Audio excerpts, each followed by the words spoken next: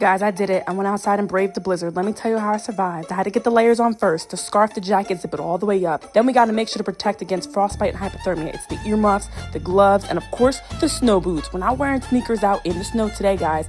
I've got the ice scraper and the shovel hand in hand. Let's do this. March to the door, quick look outside, said a prayer, and there it was. Karviva sitting in the snow. Scoop!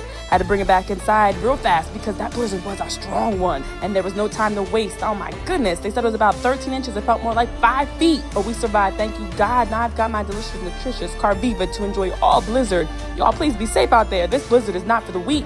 But honestly, that was enough time outside for me. I'm inside until further notice. Y'all be safe out there. The end.